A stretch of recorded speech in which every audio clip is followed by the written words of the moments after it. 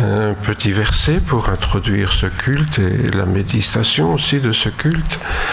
Jésus dit à ses disciples, « Guérissez les malades, ressuscitez les morts, purifiez les lépreux, chassez les démons. Vous avez reçu gratuitement, donné gratuitement. » Bien sûr, ce texte, on peut le prendre littéralement, mais aussi au sens spirituel. Nous vivons dans un monde où il y a tellement de gens qui sont malades spirituellement, qui sont morts spirituellement, qui sont lépreux spirituellement et qui sont possédés spirituellement. Le Seigneur nous a donné une grande mission. En effet, Seigneur, ce matin, nous voulons réaliser que nous sommes tes disciples, que nous sommes dans ce monde, Seigneur, pour te servir. Oui, Seigneur, si tu nous as appelés à toi, c'est parce que tu voulais qu'un jour nous te rejoignions dans la gloire éternelle. Mais c'est aussi, Seigneur, pour que nous poursuivions ici-bas le travail que Jésus a commencé.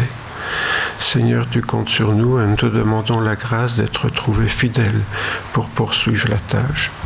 Merci Seigneur, parce que depuis des centaines d'années, tes apôtres, Seigneur, ont commencé, puis leurs successeurs jusqu'à nous aujourd'hui. Donne-nous, Seigneur, de passer le flambeau aux générations qui nous suivent. Te demandons, Seigneur, ce matin, ta grâce sur ce culte, ta bénédiction sur chacun d'entre nous ce matin, mais aussi à tous nos frères et sœurs qui n'ont pas pu se joindre à nous. Veuille les visiter, Seigneur. Tu connais la raison de leur absence et nous voulons vraiment te demander ta bénédiction sur ceux qui sont malades, souffrants, qui sont peut-être découragés. Visite-les, Seigneur, et fais-leur du bien dans le précieux nom de Jésus. Sois béni, Père, pour la grâce que tu nous accordes d'être réunis ensemble ce matin pour t'adorer, te louer et aussi, Seigneur, nous mettre davantage toujours à ton service. Sois béni, Père, dans le nom de Jésus. Amen. Eh bien, j'aimerais aborder un sujet un peu délicat ce matin.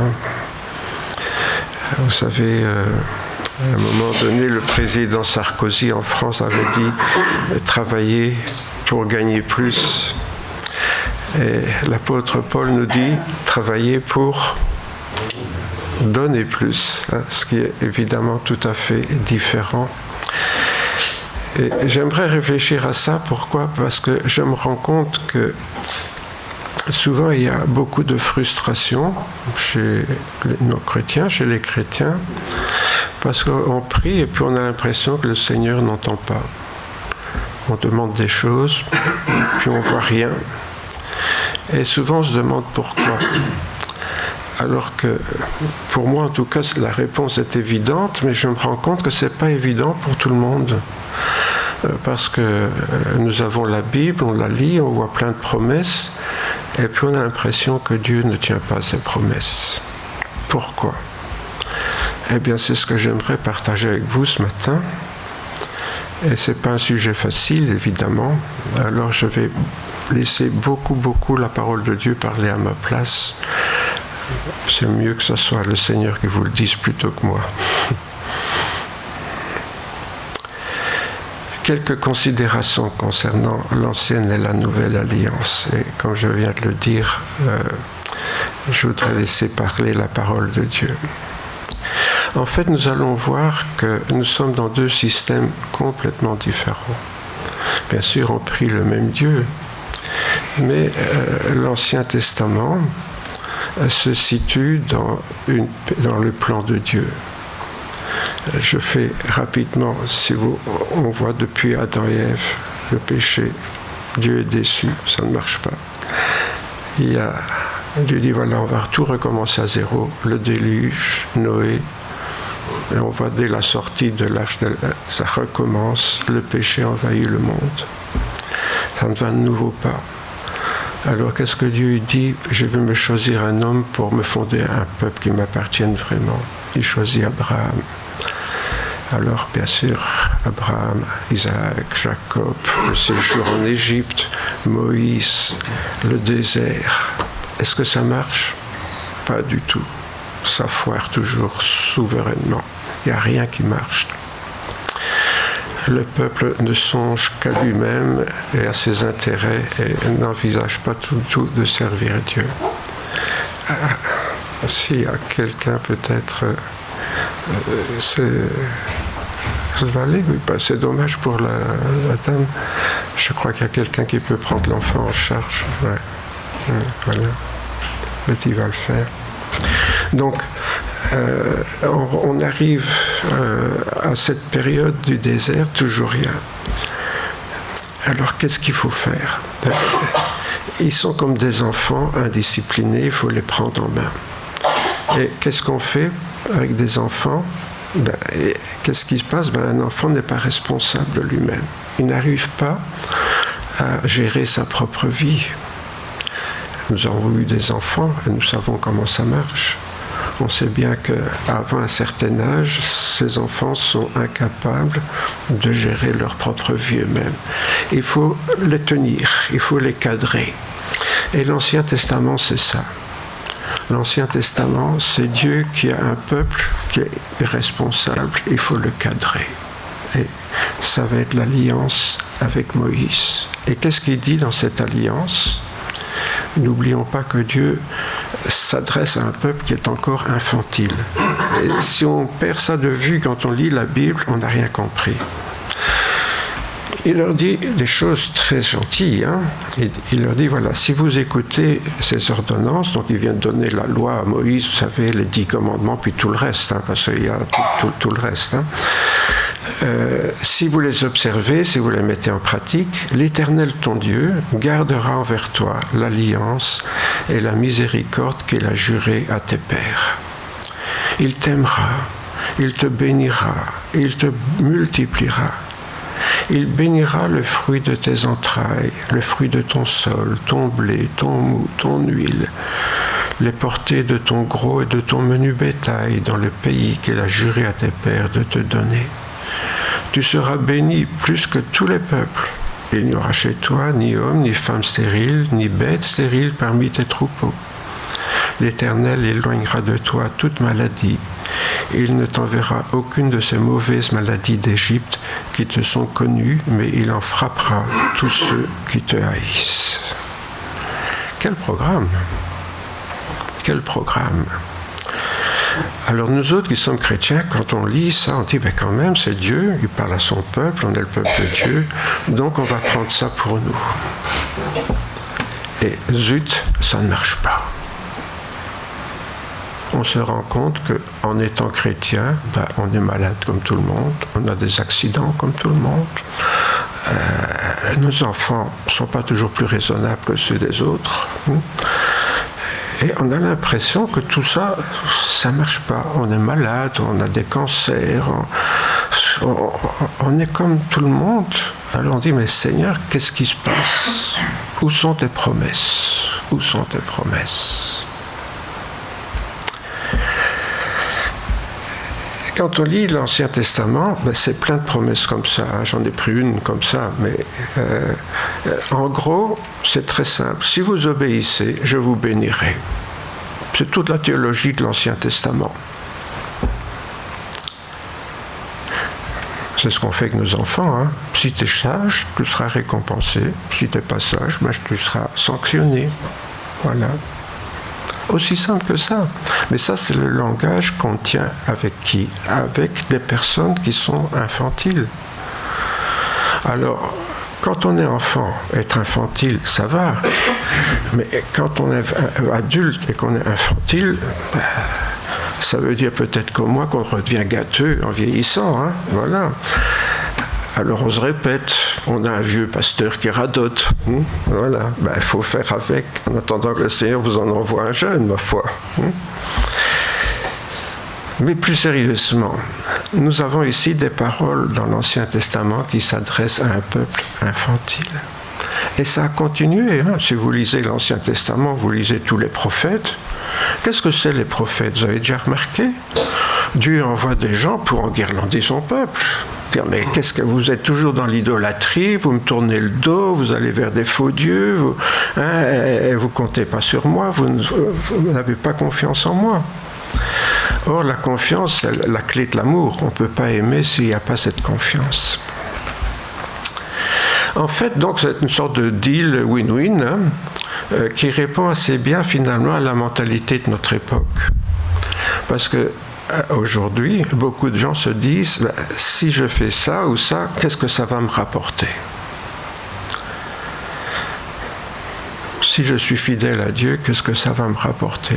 Si je désobéis à Dieu, qu'est-ce qui va m'arriver? On fonctionne comme ça. Et ce monde, c'est de plus en plus comme ça. On va toujours évaluer. Si le prix est trop lourd, si ça me coûte trop cher, alors je ne fais pas. Et ça, on va le voir, c'est un gros problème, parce que dans le Nouveau Testament, le Seigneur nous demande beaucoup de choses qui nous coûtent. Et ce n'est pas dans notre mentalité, à nous, gens de notre époque.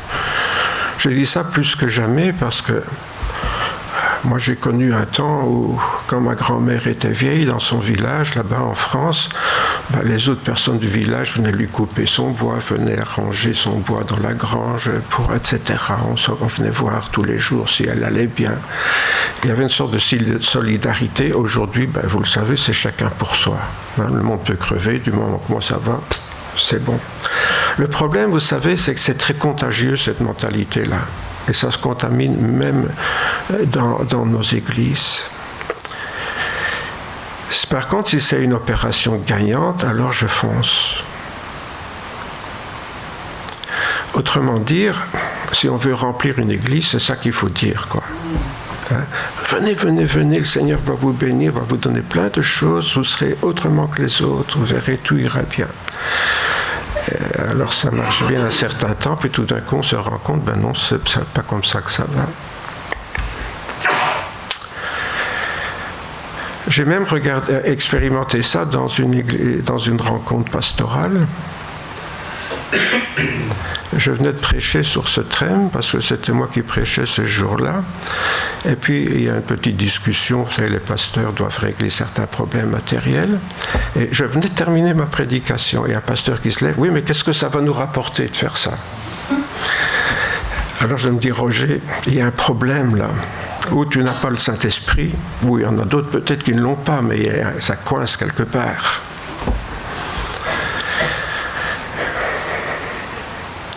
En fait, c'est quoi? Je vous fais des petites flèches pour montrer qu'on a affaire à un mouvement différent. L'Ancien Testament, c'est ça. J'offre à Dieu mon obéissance à ses commandements, et dans l'espoir de recevoir une pluie de bénédictions matérielles, santé, bonheur, prospérité. Vous savez, je l'ai déjà dit souvent, mais comme je suis vieux, je radote. C'est exactement ce que les païens se souhaitent au Nouvel An. Santé, bonheur, prospérité. Et pourquoi est-ce que les chrétiens prient? Santé, bonheur, prospérité. Alors, si nous sommes toujours dans l'Ancien Testament, vous commencez à comprendre qu'il y a un problème. Alors, si je suis chrétien, je dois faire une croix sur ça. Non, je n'ai pas dit ça. Et parler de se préoccuper de ça, c'est pas pareil. Dès lors, il n'est pas étonnant de voir beaucoup de chrétiens donc conduire leur vie selon les principes de l'Ancienne Alliance. Je ne vais pas vous demander ça ce matin parce que ça sera un peu vache de ma part, mais qu'est-ce que vous avez lu cette semaine dans la Bible? L'Ancien Testament, le Nouveau? En général, on aime mieux lire l'Ancien Testament. Pourquoi le Nouveau? C'est tout des trucs qu'on n'aime pas. À commencer par Jésus, hein. Si quelqu'un veut venir après moi, qu'il se charge chaque jour de sa croix, qu'il me suive. Qui est-ce qui aime lire ça? On retourne dans l'Ancien Testament, essayez de bien vous conduire et moi je vous bénirai. Voilà. Donc je n'ai pas tué personne, j'ai volé personne, je trompe pas ma femme, je trompe pas mon mari, j'élève mes enfants comme je peux, je travaille, je vole pas un peu le fisc mais pas trop. Donc oui, Seigneur, normalement je devrais avoir toutes tes bénédictions. Et ça ne marche pas. Et ça ne marche pas. Vous savez, si on parle à des adultes comme à des enfants, qu'est-ce qui se passe? Il reste des enfants. Alors Jésus nous traite comme des adultes et nous place devant des responsabilités. Dans la Nouvelle Alliance, donc, ce n'est plus comme ça que ça marche. Et c'est pour ça qu'il y a des frustrations. Le problème, c'est qu'on finit par croire que Dieu nous a trompés, Dieu nous a roulés. À quoi ça sert d'être chrétien, puisque je n'ai pas un petit régime de faveur? Oui. La moindre des choses, c'est qu'on attend, bon, maintenant que je suis un enfant de Dieu, je vais avoir un petit régime de faveur quand même, hein, la moindre des choses. Oui, on a un régime de faveur, mais on va voir que ce n'est pas forcément comme on s'y attend. En fait, ce n'est pas Dieu qui nous a trompés, ce sont des prédicateurs qui nous ont fait croire que c'est comme ça que ça marche. Je vous ai dit, même les pasteurs croient que c'est comme ça que ça marche. Je ne suis pas mieux que les autres, et je ne suis pas le seul à dire ce que je suis en train de vous dire ce matin, heureusement, hein, attention. Hein. Mais parfois, je crois que beaucoup de chrétiens préfèrent écouter, aller voir sur les réseaux sociaux, etc., voir ce qu'ils aiment. Autrement dit, tout ce que Roger ne leur donne pas, là au moins ils peuvent le trouver. Hein. Des tas de promesses de bénédictions faciles, de privilèges, etc. En fait, à des enfants irresponsables, on ne demande qu'une chose, comme je le disais tout à l'heure, c'est d'obéir pour être récompensé.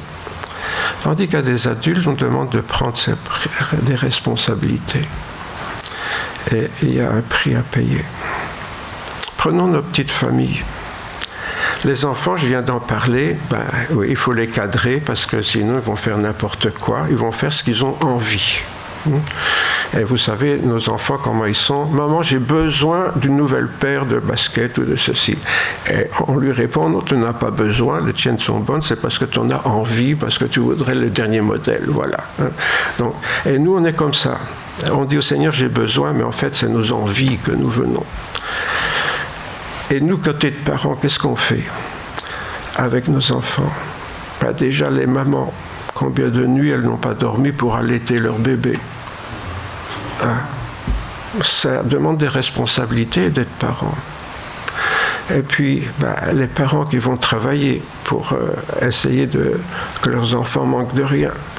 Et souvent, le résultat, c'est comme le peuple d'Israël avec Dieu, les enfants rouspètent quand même, hein, parce qu'on leur achète des vêtements, il n'y a pas de marque ou des choses comme ça. On n'a pas de sous pour acheter des marques, voilà. Non, mais ils ne sont pas contents. Vous voyez ? Et donc, nous, on fait tout pour prendre nos responsabilités, mais les enfants qui sont irresponsables, bien sûr, parce que c'est normal à leur âge, ils ont des envies, et nous, on a des responsabilités et on réalise qu'il y a un prix à payer pour assumer ces responsabilités. La fatigue du travail, des nuits blanches, hein, on se prive de congés, on se prive de plein de choses parce qu'on aime nos enfants, on voudrait qu'ils ne manquent de rien. Autrement dit, prendre des responsabilités, ça coûte. C'est normal en tant que chrétien qu'on n'aime pas avoir des responsabilités parce qu'on se doute bien que ça va coûter. Et pourtant, Jésus nous a prévenus. L'apôtre Paul ne dit pas autre chose. Lorsque j'étais enfant, je parlais comme un enfant. Je pensais comme un enfant. Je raisonnais comme un enfant. Et lorsque je suis devenu homme, j'ai aboli ce qui était de l'enfant. Mes frères et sœurs, je vous pose la question, avons-nous aboli ce qui était de l'enfant spirituel? Ici je parle de l'enfant spirituel chez nous. Il est vrai que lorsqu'on est nouveau converti, et je pense que beaucoup de chrétiens ont fait cette expérience, tout baigne. On prie, le Seigneur répond. C'est formidable d'être chrétien. Le Seigneur est là, il est avec nous, il me bénit. Et puis avec le temps, on se rend compte que ça ne marche plus aussi bien. Oui, c'est normal. Quand on est enfant, le Seigneur nous traite comme des enfants. Mais à un moment donné, on devient adulte spirituellement. Vous connaissez le syndrome de Peter Pan? Ce sont les personnes qui ne veulent pas devenir adultes. Et je crois que ce syndrome de Peter Pan, il est très répandu dans nos églises. On voudrait rester des enfants qui vont sur les genoux de papa, qui se font bercer, câliner, qui reçoivent des petits cadeaux, etc. C'est ça qu'on voudrait. Mais ça va bien, mais vous savez, je vois mal quand j'avais 20 ans aller m'asseoir sur les genoux de ma mère. Hein. Et encore moins lui prendre le sein, excusez-moi. Hein. Bon.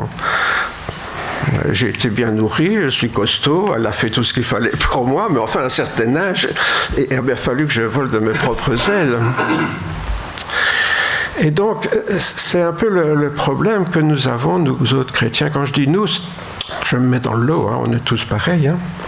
Je l'ai déjà dit, quand je partage quelque chose avec vous, c'est parce que je le vis pour moi-même. Hein. C'est pas parce que je suis mieux que vous.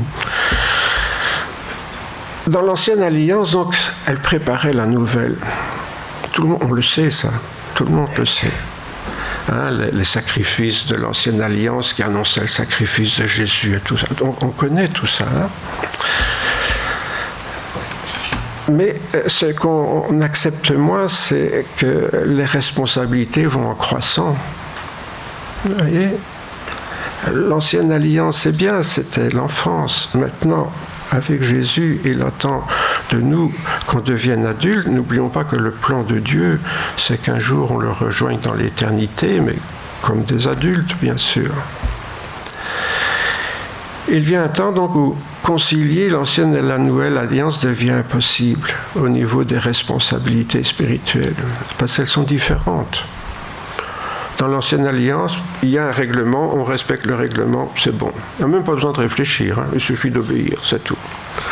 Dans la nouvelle alliance, c'est plus un règlement, Jésus nous place devant des principes. Alors je ne sais pas si on vous a déjà prêché là-dessus, mais la différence entre un principe et un commandement, c'est détaillé, c'est comme ça, c'est comme les règlements dans les entreprises, à l'école et tout ça. Hein.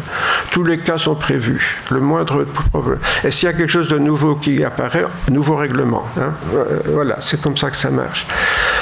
Dans la Bible, dans le Nouveau Testament, Jésus, lui, il vient avec un principe tout simple, hein, c'est l'amour. Mais pas n'importe quel amour, l'amour agapé. C'est-à-dire un amour altruiste où on se soucie des autres plus que soi-même. Un peu comme une maman le fait avec son bébé ou des parents le font avec leur enfant, où on est plus soucieux de eux que de nous-mêmes. Et c'est cet amour-là que le Seigneur nous laisse en héritage, comme seul règlement, entre guillemets. En fait, c'est un principe de vie, c'est pas un règlement. Parce que ce principe, c'est à nous de l'appliquer à tous les cas particuliers où nous nous trouvons. Vous voyez ? C'est ça un principe. Un principe, c'est un principe, quelque chose de général, mais il n'y a pas de détail. Nous avons la responsabilité d'appliquer ce principe aux circonstances particulières. Alors, qu'est-ce que Jésus nous dit de l'Ancien et du Nouveau Testament ? Il nous dit quelque chose de très clair. Personne ne met une pièce de drap neuf à un vieux vêtement. Donc il ne s'agit pas d'essayer de faire coller le Nouveau Testament avec l'Ancien. Ça ne marche pas. Pourquoi ? Parce qu'alors le morceau tire sur le vêtement et il en résulte une déchirure qui est pire. On ne met pas non plus du vin nouveau dans de vieilles outres, dit Jésus. À l'époque, il n'y avait pas de tonneau, hein, on mettait le vin dans des outres.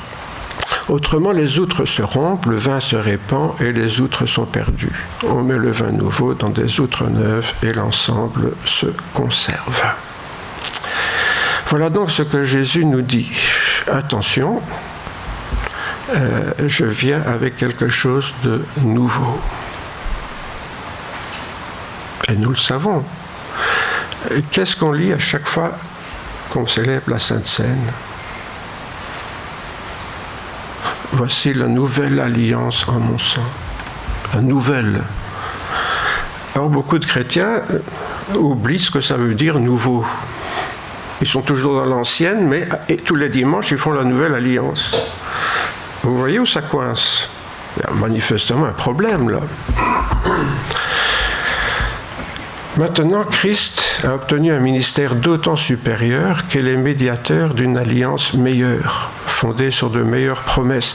Il faut remettre ça dans le contexte. Là, il parle de l'alliance avec Moïse sur le mont Sinaï, et puis il enchaîne en disant, ben voilà, avec Jésus, on a obtenu un ministère d'autant supérieur qu'il est médiateur d'une alliance, pardon, Jésus, qui est médiateur d'une alliance meilleure, fondée sur de meilleures promesses. En effet, si la première alliance avait été irréprochable, il n'y aurait pas lieu d'en chercher une seconde. Je ne sais pas quoi dire, moi, c'est clair. Il existe un véritable paradoxe donc, dans l'esprit de bien des chrétiens. Chaque semaine, en participant à la scène, ils entendent qu'ils célèbrent la nouvelle alliance dans le sang de Jésus, et pourtant ils continuent à lire sans faire la différence tout ce qu'il y a dans l'Ancien Testament. On ne fait pas la différence avec le Nouveau. Alors, vous voyez, c'est deux lois différentes, mais on ne fait pas de différence. Avouez qu'il y a un problème là. Dans notre manière de lire la Bible. Alors je ne suis pas en train de dire que l'Ancien Testament n'est pas la parole de Dieu, c'est pas ça que je dis, mais elle a été donnée à d'autres croyants et à une autre époque. Elle a été la première, et puis maintenant il y a la deuxième. Et nous on est dans la deuxième, on n'est plus dans la première, vous voyez. Ça ne veut pas dire non plus que dans les deux alliances, il ne se trouve pas des choses bonnes dans l'ancienne non plus. C'est seulement la loi qui est en cause ici. Donc ce n'est pas tout ce qui se trouve dans l'Ancien Testament qui est mauvais pour nous. Ce qui est mauvais, c'est la loi, le règlement, si vous voulez. Mais dans l'Ancienne Alliance, il y a plein de bonnes choses, il y a des principes spirituels aussi. Quand Jésus demande à un homme quel est le plus grand commandement, il est capable de le répondre. Le plus grand commandement de la loi, c'est tu aimeras le Seigneur ton Dieu de tout ton cœur, de toute ton âme, de toute ta force, et ton prochain comme toi-même. Donc les principes, ils sont déjà là. Le problème, c'est que on connaît les principes, mais on s'attache au commandement, vous voyez, au règlement. Et donc, et aux promesses qui sont liées à l'obéissance au commandement. Vous voyez, ça, tout va ensemble. Pourquoi on préfère les commandements? Parce qu'il y a les promesses qui vont avec. Mais sinon, non, je ne suis pas en train de dire qu'il ne faut pas lire l'Ancien Testament. Il faut pouvoir distinguer quand même, et c'est là qu'il faut une certaine maturité spirituelle, ce qui relève des règlements de l'Ancien Testament avec tu obéis, tu seras récompensé, avec le principe du Nouveau Testament qu'on va détailler davantage maintenant. Le principe de la nouvelle alliance. Jésus dit à tous: si quelqu'un veut venir après moi, qu'il renonce à lui-même, qu'il se cherche chaque jour, zut alors, c'est pas seulement le dimanche, donc chaque jour de sa croix, et qu'il me suive. Car celui qui voudra sauver sa vie la perdra, mais celui qui la perdra à cause de moi la sauvera. Et que servirait-il à un homme de gagner tout le monde s'il se détruisait ou se perdait lui-même? Notez qu'il n'est pas question que c'est d'autres qui le détruisent, c'est lui-même qui se détruit. Voilà donc le texte auquel je faisais allusion tout à l'heure avec un peu plus de détails, où Jésus ajoute, et il tape vraiment sur le clou là, pour l'enfoncer: celui qui voudra sauver sa vie la perdra, et celui qui la perdra à cause de moi la sauvera. Autrement dit, Jésus ne nous a pas trompés. Il a annoncé la couleur dès le départ. Ces apôtres n'ont fait que continuer ce que Jésus a dit. Et je dirais détailler ce que Jésus a dit. Mais Jésus a posé le fondement, et ce fondement est très clair, et a priori ne nous convient pas. L'Épître aux Hébreux dit: ne vous livrez pas l'amour de l'argent, contentez-vous de ce que vous avez. Car Dieu lui-même a dit: je ne te délaisserai pas, je ne t'abandonnerai pas. Contentez-vous de ce que vous avez. Vous êtes content de ce que vous avez? Si vous n'êtes pas content, je vous invite à regarder au pays du tiers-monde. Ah oui, mais ça, c'est pas nous. Voilà, ça... On oublie souvent qu'on est dans la toute petite fraction de l'humanité qui est privilégiée ici en Belgique. Et on râle tout le temps. On râle tout le temps sur le gouvernement, enfin, quand il y en a. Bon, on n'est jamais très, très content. Mais on oublie qu'à l'échelle de l'humanité, je le dis souvent, je le répète, mais voilà, j'ai 82 ans, j'ai jamais connu la guerre. C'est rare qu'un être humain, vous savez qu'avant moi, enfin avant nous, ceux qui ont mon âge, il n'y a jamais personne sur la Terre qui a pu dire ça. Jamais. Et on n'est jamais resté 80 ans sans guerre. Si vous regardez l'histoire que vous avez étudiée à l'école, ça n'est jamais arrivé. Donc, on profite vraiment de privilèges et puis on ne s'en rend pas compte. On a du mal à se contenter de ce qu'on a et on veut toujours plus, comme si on allait partir avec dans l'éternité. Et l'apôtre Jean dira, il n'y a pour personne de plus grand amour que de donner sa vie. Pardon, pas l'apôtre Jean, c'est Jésus qui dit ça. Il n'y a pour personne de plus grand amour que de donner sa vie pour ses amis. Et il ajoute, vous êtes mes amis si vous faites ce que je vous commande. Et ce qu'il nous commande, c'est de nous aimer les uns les autres. Quelques versets là, qui caractérisent la différence entre un petit enfant et son égocentrisme. C'est ça, quand on est petit, on est centré sur soi-même. Vous savez, avant l'âge de 11, 12 ans, 13 ans, un enfant n'est même pas capable de se mettre à la place des autres. Donc, un enfant peut faire du mal sans réaliser ce que l'autre ressent quand il lui fait du mal. C'est ça que des enfants, parfois, ils paraissent cruels parce que ils vont arracher les ailes d'une mouche. Bon, ça, c'est pas encore trop grave, sauf pour la mouche. Mais ils vont pincer un autre enfant. Ça commence à l'école, ils pincent un autre. C'est pas parce qu'ils sont méchants, c'est pour voir. Ils n'arrivent pas à réaliser qu'il faut parfois les pincer un petit peu eux pour qu'ils réalisent, ah oui, c'est ça que je viens de faire à l'autre. Mais a priori, lui, il ne se rend pas compte. Donc un enfant est centré sur lui-même. Et c'est comme un petit animal quelque part. Il suit son propre intérêt. Il n'y a que ça qui compte. Qu'est-ce qui est intéressant pour moi ? Et vous vous rappelez que l'apôtre Paul, lui, il parle aussi de l'homme animal. En fait, il y a quelque chose d'animal en chacun d'entre nous, que nous avons hérité, et ce côté animal est un côté tout à fait égocentrique, centré sur nous-mêmes. Et donc, l'Ancien Testament jouait là-dessus. Tu veux pour ton intérêt ? Eh bien, si tu veux songer à ton intérêt, tu obéis. Comme ça marchera selon tes intérêts. Vous voyez, on parle, dans l'Ancien Testament, Dieu parle à son peuple vraiment comme à des enfants. Ce qui caractérise des bons parents, bien sûr, c'est leur altruisme, c'est-à-dire un amour où on songe à l'autre avant soi-même, où on est prêt à se sacrifier, et c'est ça qui donne le sens des responsabilités quelque part. Quand je suis prêt à faire quelque chose pour l'autre qui me coûte sans que ça ne me rapporte rien. Si je suis prêt à faire des choses pour les autres, quelque chose qui va me coûter, pas forcément de l'argent, mais peut-être de l'énergie, du temps, ou quelque chose comme ça. On dit que le temps, c'est de l'argent aussi. Bon, ben voilà.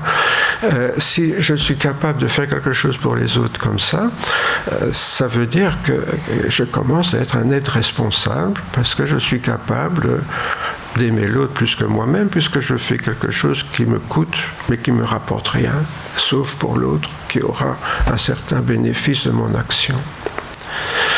C'est la même différence entre l'ancienne et la nouvelle alliance. C'est ça toute la différence. Les chrétiens n'ont pas compris, et si on n'a pas accepté ça, on n'a rien compris de la nature spirituelle du plan de Dieu, qui est de nous faire sortir de notre animalité pour devenir à son image. Dans la Genèse, quand Dieu crée l'homme à son image, c'est quelque chose de potentiel. Adam et Ève, ils sont encore très animaux quelque part. Ils ne songent qu'à leur intérêt. Ah oui, je deviendrai comme Dieu, donc je n'aurai pas besoin de lui. C'est vraiment les gosses qui font leur crise d'adolescence, là. Je n'aurai plus besoin de mes parents, je suis assez grand pour me débrouiller tout seul. Ça va bien, sauf quand ils commencent à comprendre que pour avoir des sous, il faut travailler. Il ne suffit pas de les demander à papa. Là, ça va moins bien. Mais bon. Donc, Le plan de Dieu, c'est ça. Je ne sais pas si vous avez déjà réalisé ça. Depuis l'origine du monde, Dieu a tout essayé, et que je le rappelais tout à l'heure, chaque fois ça a foiré. Est-ce que Dieu est idiot? Il ne savait pas que ça foirait? Si, il savait que ça allait foirer. Mais il voulait donner sa chance à l'homme, le plus possible. Mais l'homme n'a jamais pris ses responsabilités avant Jésus. Et qu'est-ce qui va se passer avec Jésus? Il va se passer un bouleversement total. Pourquoi? Où se passe le grand bouleversement? Avec la mort de Jésus, qui nous pardonne de nos péchés. Déjà, nous pouvons nous approcher de Dieu, pardonner, ce qui n'était pas possible avant. Et non seulement Jésus est mort, mais il est ressuscité. Il nous donne la possibilité d'avoir la victoire sur le péché. Et pour être sûr qu'on soit capable, parce qu'on n'est pas capable par soi-même, il nous envoie l'Esprit Saint. À partir de là, nous avons tout ce qu'il faut pour devenir des êtres responsables. Enfin, la possibilité, encore faut-il user de cette possibilité. Donc nous voici dans un autre contexte dorénavant qui nous permet de sortir de ce piège de l'animalité où on ne songe qu'à soi. Qu'est-ce que ça va me rapporter? Si ça ne me rapporte rien, je ne le fais pas. Oui. Qu'est-ce que ça va me rapporter donner des sous pour les enfants de Madagascar? Ça ne me rapporte rien, donc je ne le fais pas. Vous voyez comment ça fonctionne dans notre petite tête. Je prends un exemple concret comme ça, pas pour vous culpabiliser, attention, parce qu'on parle de ça aujourd'hui, mais on pourrait prendre des tas d'exemples comme ça. Si ça ne me rapporte pas, je ne le fais pas. Autrement dit, on est toujours dans notre comportement animal. On se comporte comme un animal. Et là, le Seigneur attend de nous qu'on devienne des êtres humains. Moi, ce qui m'attriste beaucoup, c'est de voir des gens qui ne sont pas chrétiens et qui sont plus humains que des chrétiens. Vous avez déjà remarqué ça? Quelque part, ça pose un sérieux problème de voir des gens qui ne sont pas chrétiens et ils sont plus humains que des chrétiens. Si je réfléchis au fait que Dieu m'a créé pour que je devienne un humain comme lui a pensé, c'est-à-dire un humain qui pense aux autres comme lui, qui a donné son Fils pour nous, qu'est-ce que ça rapportait à Dieu de lui donner, de venir sur la terre, mourir à notre place? Rien. Donc, cet amour vraiment altruiste, ce que dans la Bible on appelle l'amour agapé, là, c'est ça l'amour agapé, c'est un amour altruiste où on pense à l'autre. Le but donc de notre sanctification est de nous faire devenir réellement humains. Autrement dit, capables du même amour agapé au lieu de pécher en demeurant dans notre égocentrisme animal. Passer du stade infantile au stade mature et responsable. C'est ça que Dieu a voulu. Et pour ça, il a payé le prix, puisqu'il est venu en Jésus mourir sur la croix. Tout le drame de l'humanité donc tient à cet égocentrisme animal. Et vous pouvez tout comprendre quand vous voyez le président des États-Unis, celui de la Russie, celui de tous les pays du monde. Qu'est-ce qu'ils sont? C'est l'égocentrisme toujours. Même dans nos pays, beaucoup de politiciens sont là pour nous. En principe, ils sont là pour nous. On sait très bien qu'ils sont d'abord là pour eux, la majorité. Je dis peut-être pas tous, je ne suis pas dans leur cœur pour les juger, mais quand on voit le résultat, on se rend compte que... voilà. Donc on se rend compte qu'on est gouverné selon le mode animal. Autrement dit, on vit dans un monde d'animaux, exactement comme la jungle, où ce sont les plus forts qui bouffent les plus faibles, où on grimpe sur la tête des autres pour avancer. On est dans un monde animal. Et Dieu s'est fait homme pour essayer de nous transformer en êtres humains. Mais si nous qui sommes chrétiens, nous fonctionnons toujours comme dans l'Ancien Testament, ça ne va pas marcher, ça. Il n'y a rien à faire, et c'est ça que Jésus est venu faire, c'est nous donner la possibilité de devenir des êtres humains, c'est-à-dire qui se comportent en êtres humains avec les autres, avec solidarité, avec amour. Nouveau paradoxe donc chez les chrétiens, car beaucoup connaissent par cœur le passage de Jean 3,16. Hein? Dieu a tellement aimé le monde qu'il a donné son Fils unique afin que quiconque croit en lui ne périsse pas, mais ait la vie éternelle. On connaît ça, mais est-ce que vous connaissez 1 Jean 3,16 ? Alors tout le monde connaît Jean 3,16, mais 1 Jean 3,16, c'est la suite. C'est la suite. Alors si vous ne connaissez pas la suite, évidemment, qu'est-ce qui se passe ? C'est le côté animal, ça. Jean 3,16, c'est le côté animal. Dieu a tout fait, j'ai rien à faire.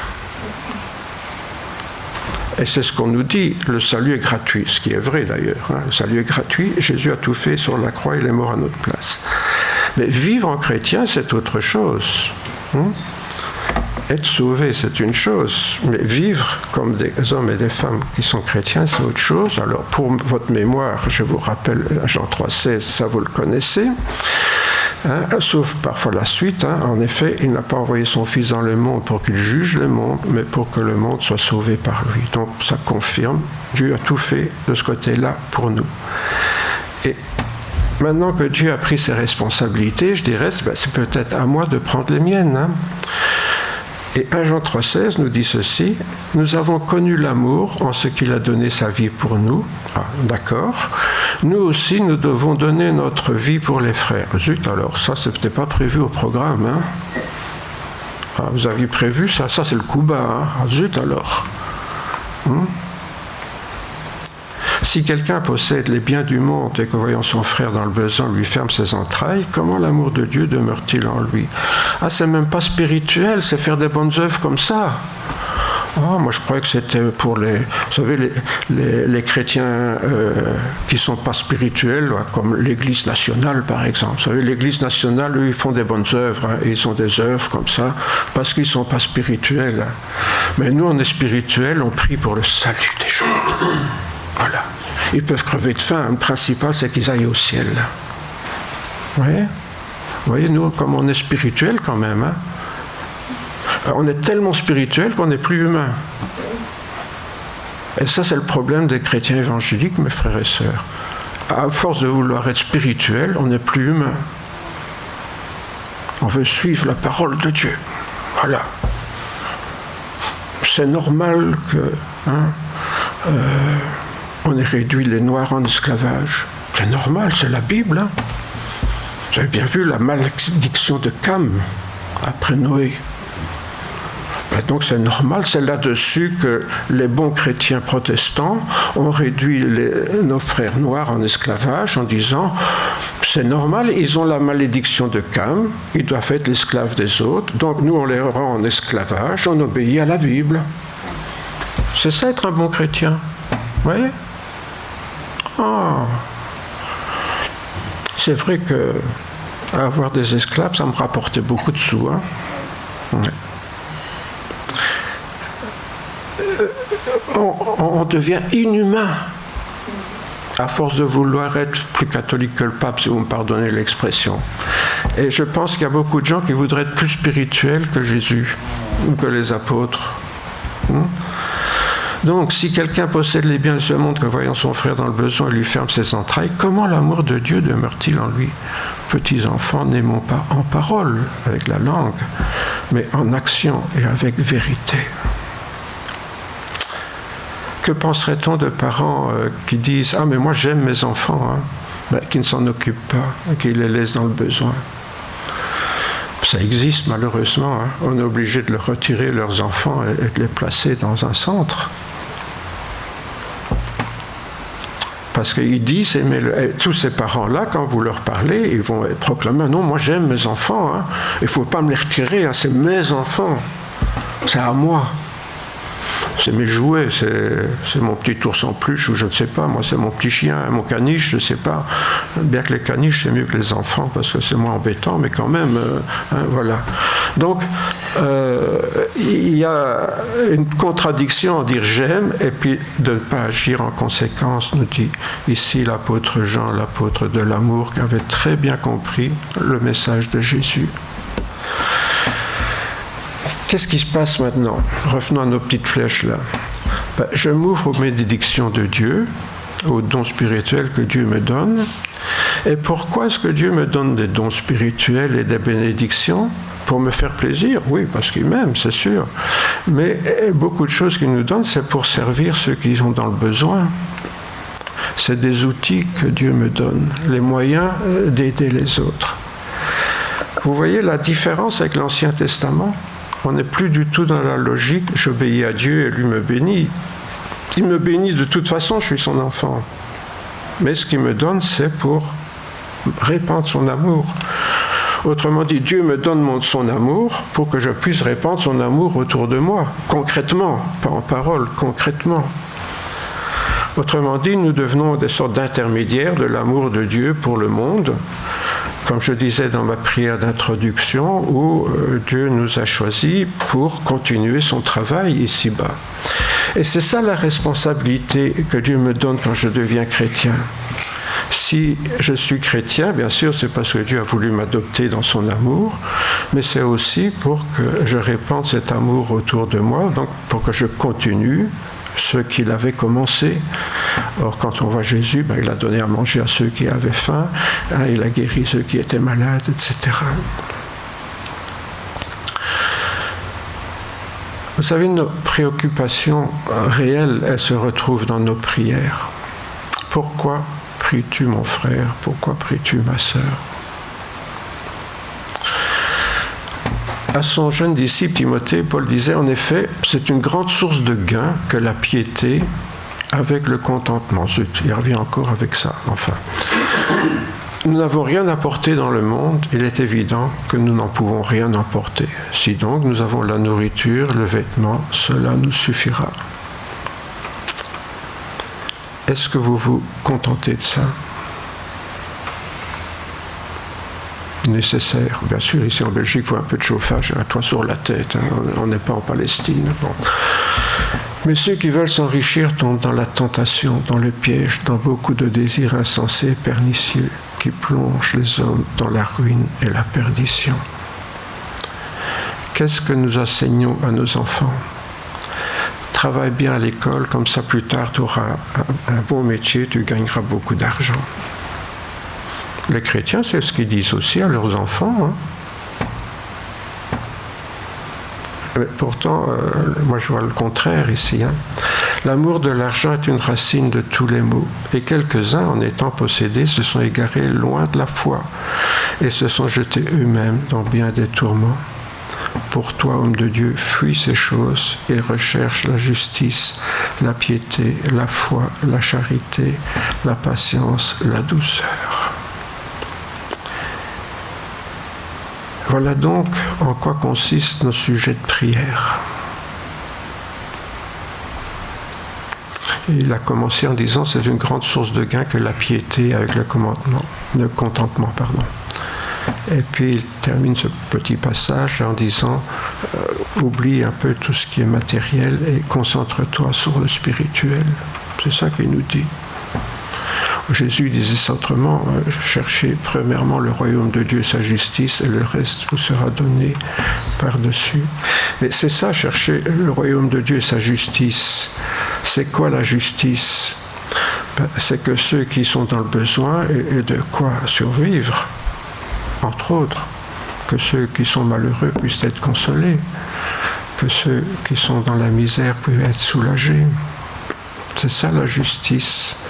La piété, c'est pour ça qu'on a pu avoir la foi, faire preuve de charité, de patience, de douceur. Tout ce qui me manque à moi, Bon, je ne sais pas vous, mais... Alors on voit la différence, bien sûr, avec ce qu'on a vu tout à l'heure. J'offre à Dieu en obéissant ses commandements dans l'espoir de recevoir. Vous voyez? Là, c'est du business, ça, win-win. Je te donne, mais tu me donnes plus, quoi. Il faut que mon placement soit rentable. Vous voyez, c'est ça l'histoire ici de l'Ancien Testament. Or, malheureusement, si nous fonctionnons comme ça, ça veut dire qu'on n'a rien compris. Excusez-moi de dire ça, mais ça veut dire qu'on n'a rien compris. Pourquoi? Parce que ce qu'on a besoin, c'est acquis d'avance. Dès le moment où je suis un enfant de Dieu, il est mon Père, donc ce que j'ai besoin, il me le donne. J'ai plus besoin de prier pour ça. Et si je prie pour des choses, ça sera pour mon superflu qu'il ne me donnera pas, comme on fait avec nos gosses quand ils sont capricieux. Bon. Alors, Qu'est-ce qui compte? C'est me préoccuper de ce que le Seigneur me demande de faire et pas de ce que j'aurais envie d'avoir. Et à partir de là, Dieu me donne ce dont j'ai besoin, mais il me donne aussi tout ce qu'il faut pour servir les autres. Alors bien sûr, il n'y a pas de mal à prier pour soi-même, mais pas pour n'importe quoi. Puisque Dieu nous promet de s'occuper de nos besoins, nos préoccupations, donc nos sujets de prière, vont vers des besoins spirituels. Si je devais traduire ça autrement, je dirais, si moi je me préoccupe dans mes prières de mes besoins spirituels, j'ai plus besoin de me tracasser pour mes besoins matériels. Bon, ça ne veut pas dire que je dois fainéanter, ne pas travailler, mais je veux dire, le Seigneur est derrière moi pour tout ça. Quel père parmi vous, si son fils lui demande du pain, lui donnera-t-il une pierre? Ou s'il lui demande du poisson, lui donnera-t-il un serpent au lieu d'un poisson? S'il demande un œuf, lui donnera-t-il donc un scorpion? Si donc vous êtes mauvais, vous savez donner de bonnes choses à vos enfants, à combien plus forte raison le Père Céleste donnera-t-il l'Esprit Saint à ceux qui le lui demandent? Ah, c'est pas très intéressant, Si tout ce qu'il me promet, c'est l'Esprit Saint, rien que ça, ça vous intéresse, vous?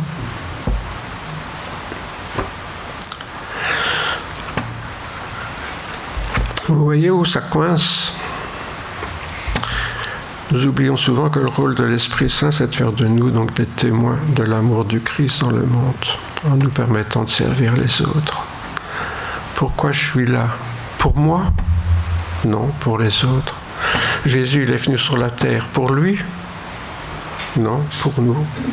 Et l'apôtre Jean nous dit, voilà, il a donné sa vie pour nous, et nous, on doit continuer, passer le relais et nous intéresser aux autres.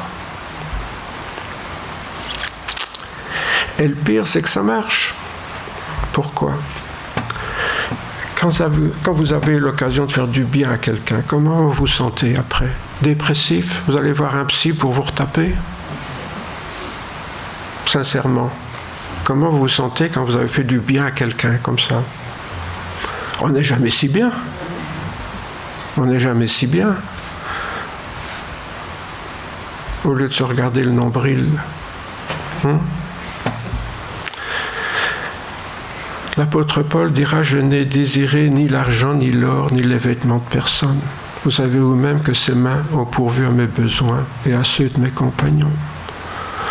En tout temps, je vous ai montré qu'il faut travailler ainsi pour venir en aide aux faibles et se rappeler les paroles du Seigneur Jésus qui a dit lui-même « Il n'y a plus de bonheur à donner qu'à recevoir. » Tout le monde connaît ça, même les païens. Même les païens connaissent ça.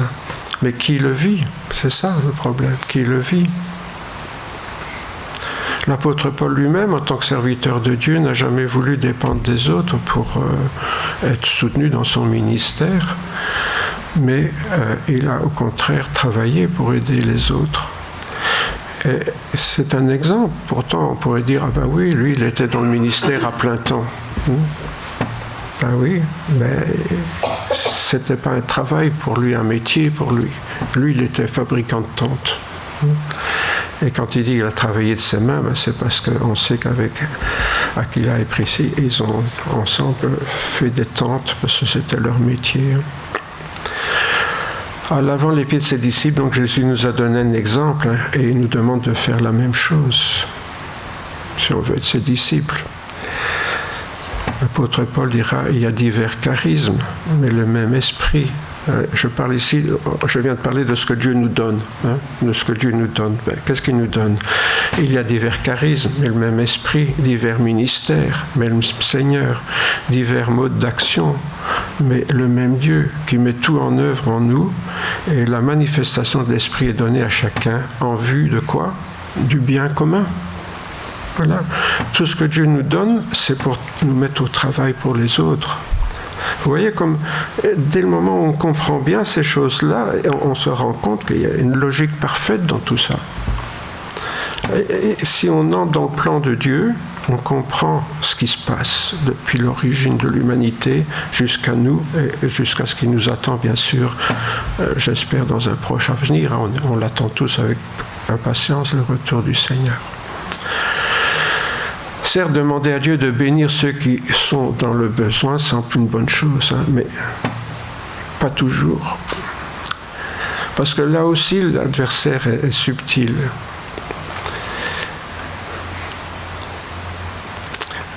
Vous avez compris ce que je suis en train de dire là? Prier pour les autres, c'est pas forcément une bonne chose. Ah, Roger, tu viens de dire le contraire. Et puis tout d'un coup, tu nous balances à la figure que c'est pas ça qu'il faut faire. Je dis pas toujours. Pas toujours. Pourquoi? Ces prières peuvent être une façon hypocrite de soulager ma conscience pour ne pas faire ce que Jésus me demande.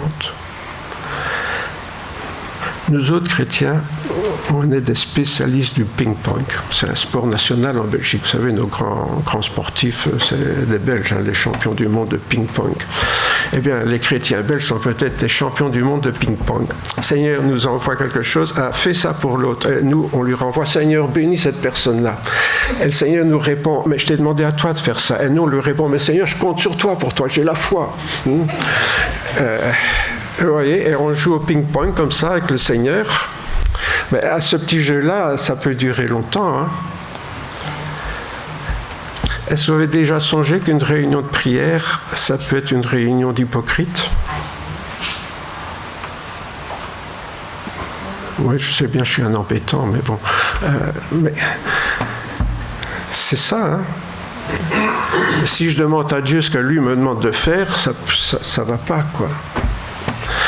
C'est pour ça que parfois, on doit réaliser qu'être chrétien, c'est nous mettre à l'œuvre, quoi. C'est mettre en pratique cet amour qu'il nous donne, de le traduire en actes autour de nous. Vous avez reçu gratuitement, donné gratuitement. Alors vous connaissez ce passage de Matthieu. Seigneur, quand avons-nous vu avoir faim et t'avons-nous donné à manger? Ou avoir soif et t'avons-nous donné à boire? Quand avons-nous vu étranger, l'accueil des étrangers, et t'avons-nous recueilli, et nus, et nous t'avons vêtu? Quand avons-nous vu malade ou en prison, et sommes-nous allés vers toi? Et le roi leur répondra, en vérité, je vous le dis, dans la mesure où vous avez fait cela à l'un de ces plus petites, mes frères, c'est à moi que vous l'avez fait. Difficile de ne pas comprendre. Hein. La nouvelle alliance donc, nous place devant des responsabilités que tous, bien sûr, ne sont pas disposés à assumer. Et Jésus nous l'a dit, c'est au risque de se perdre eux-mêmes. Quelqu'un dit à Jésus, Seigneur, n'y a-t-il que peu de gens qui soient sauvés? Il répondit, efforcez-vous d'entrer par la porte étroite, car je vous le dis, beaucoup chercheront à entrer et ne le pourront pas.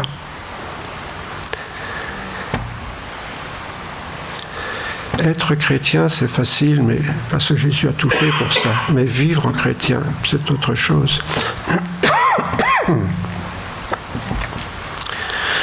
C'est pourquoi l'apôtre Paul nous met en garde, hein, car il viendra un temps où les hommes ne supporteront plus la saine doctrine, mais ayant la démangeaison d'entendre des choses agréables, ils se donneront une foule de docteurs selon leurs propres désirs. Ils détourneront l'oreille de la vérité et se tourneront vers les fables. Oui, nous vivons une époque où tout le monde veut se faire du bien. Même les chrétiens. Et beaucoup de chrétiens veulent aller à l'église pour se faire plaisir. C'est pour ça que de plus en plus de cultes ressemblent à des spectacles. Des spectacles où on se fait plaisir. Est-ce qu'un culte est un endroit, une église, est-ce que c'est un endroit où on vient pour se faire plaisir ? Moi, je dis une église, ça devrait être un PC de campagne. Vous savez, quand c'est la guerre, or c'est la guerre pour les chrétiens contre les forces des ténèbres. Une église, c'est un endroit où les chrétiens viennent faire leur plan de bataille, vous voyez, avant de sortir pour le combat. Cette confusion donc entre les deux alliances est loin d'être anodine. Hein. Si vous regardez Jésus, qu'est-ce qu'il a combattu Jésus? Les Romains? Contre qui s'est battu Jésus? les gens qui suivaient l'Ancien Testament à la lettre. C'est contre ceux qui sont... L'apôtre Paul, qui est-ce qui lui ont fait des misères à l'apôtre Paul? Les païens? Non.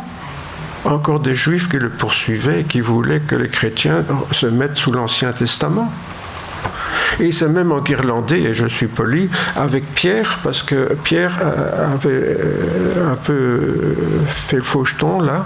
Hein, et donc, même avec l'apôtre Pierre, l'apôtre Paul s'est enguirlandé en disant « Mais qu'est-ce que tu fais, Pierre? On est libéré de la loi. Pourquoi tu veux qu'on retourne là-dedans? On n'est plus dans cette logique-là. » Alors, c'est quelque chose personnellement que j'ai jamais compris.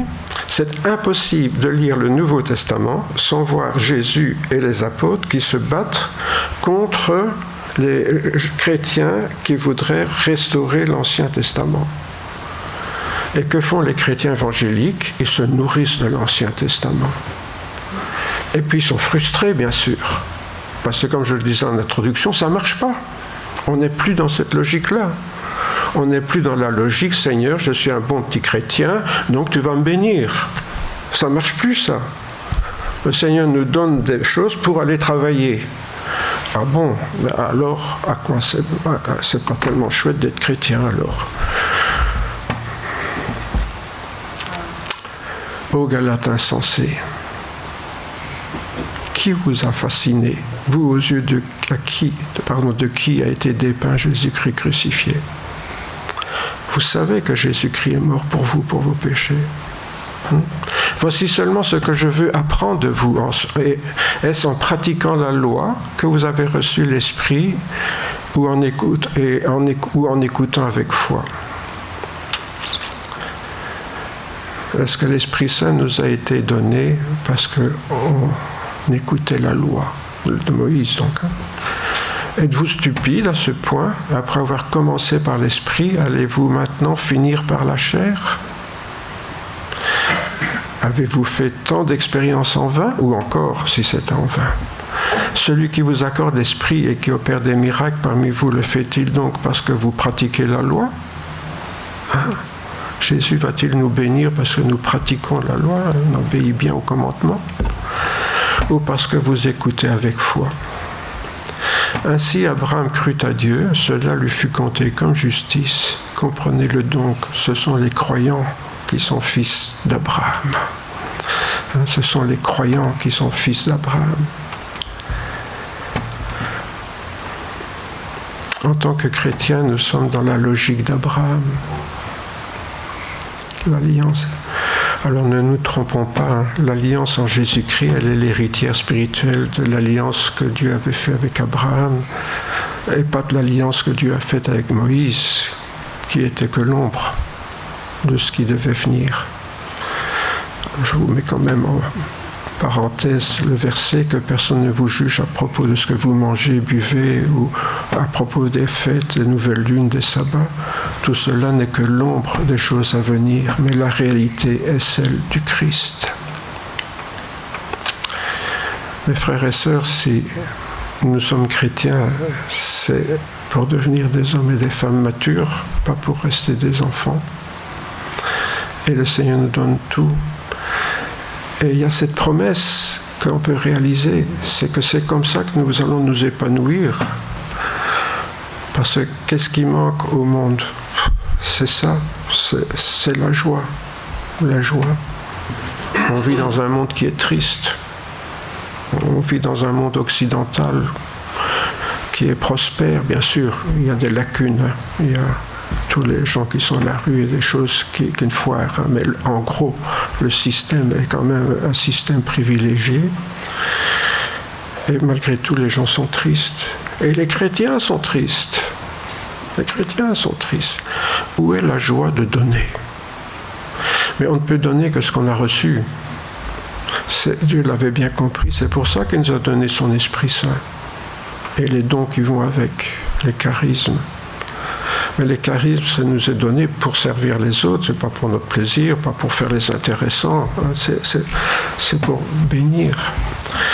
Alors que le Seigneur nous aide vraiment à être des hommes et des femmes qui sont les instruments de Dieu pour prolonger son travail. Est-ce que vous imaginez le privilège qu'on a? Dieu nous a choisis pour continuer son travail. Jésus, le Fils de Dieu, qui est venu sur la terre, nous a choisis pour continuer. Quel honneur! Quel honneur! Seigneur notre Père, nous voulons te remercier pour ce privilège.